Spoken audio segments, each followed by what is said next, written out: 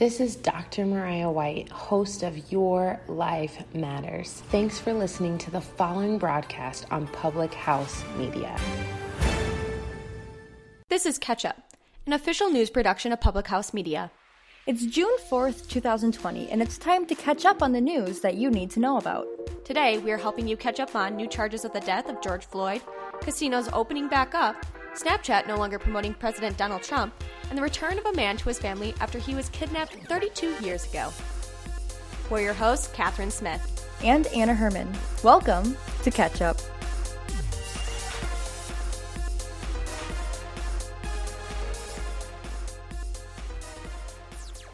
New charges have been set for 4 former police officers involved in the death of George Floyd, who triggered worldwide protests hosted by the Black Lives Matter movement. In an announcement by Minnesota Attorney General Keith Ellison late Wednesday afternoon, the former Minnesota officer who was charged with third-degree murder in the death of George Floyd now faces second-degree murder charges.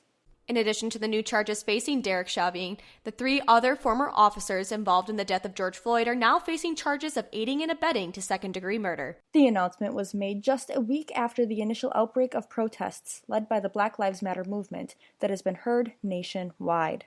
Businesses across the country are slowly opening their doors to the public after the initial COVID-19 pandemic took America by storm in early March.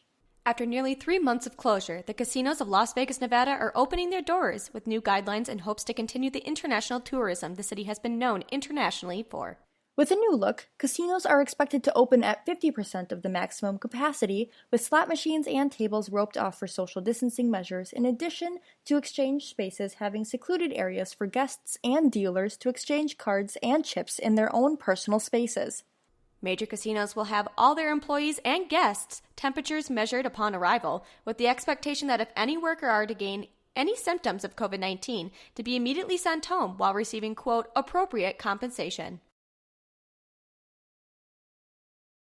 Snapchat announced Wednesday that they will no longer promote President Donald Trump's account on its platform due to his controversial comments on social media on the ongoing protests across the United States. Trump's account is regularly spotlighted in Snapchat's Discover feature, which also highlights content from celebrities and news organizations. A spokesperson for Snap, Snapchat's parent company, said in a statement, "We are not currently promoting the president's content on Snapchat's Discover platform. We will not amplify voices who incite racial violence and injustice by giving them free promotion on Discover." The decision marks an escalation in the tensions between the Trump administration and some social media companies. The Dead Sea Scrolls are made up of tens of thousands of manuscript fragments, mostly made from parchment or animal skin. Now, scientists are analyzing tiny traces of ancient DNA in these fragments to piece together the story of the early text. In the 1940s, the first of the Dead Sea Scrolls, which backdate 2,000 years, were found in a cave near the archaeological site of Qumran in the West Bank on the northwest shore of the Dead Sea. Since then, fragments of the scroll have been found scattered across 11 caves near Qumran and a couple of other sites in the Judean Desert. Still others have been found in the collection of antique dealers. Archaeologists currently have more than 25,000 of these fragments, which once made up a series of 1,000 ancient manuscripts. The scrolls include early copies of the Hebrew Bible, calendars, astronomical texts and community rules, and even contained information on the location of buried treasure. Since researchers first discovered these fragments, they have been trying to piece them together to understand the full story of the scrolls.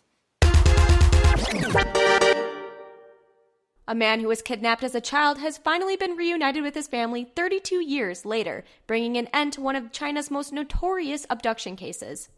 Mao Yin was 2 years old when he disappeared in Xi'an, the capital of Shanxi, China. He disappeared in 1988 near the Jinling Hotel in Xi'an after his father left him alone for a few minutes when he went to go get some water. His parents spent the next 32 years looking for him across the country, and they distributed more than 100,000 missing child flyers. Mao, who now runs a home decoration business, was tracked down in early May by Xi'an police who used facial recognition technology to analyze old photos of the boy. His identity was later confirmed using DNA testing. He was reunited with his family on Monday. Thanks for catching up on today's news with us. I'm Catherine Smith. And I'm Anna Herman. Please be sure to catch up with us again tomorrow, Friday, June 5th. If you enjoyed today's episode, please leave us a rating and review on Apple Podcasts. We appreciate you listening to Catch Up. For even more content, follow Catch Up Digital on social media. Just search for @TimeForCatchup. We'd love to hear your thoughts on any of the stories we covered today. Just use the hashtag #PassTheCatchup on social media. Catch Up is an official production of Public House Media.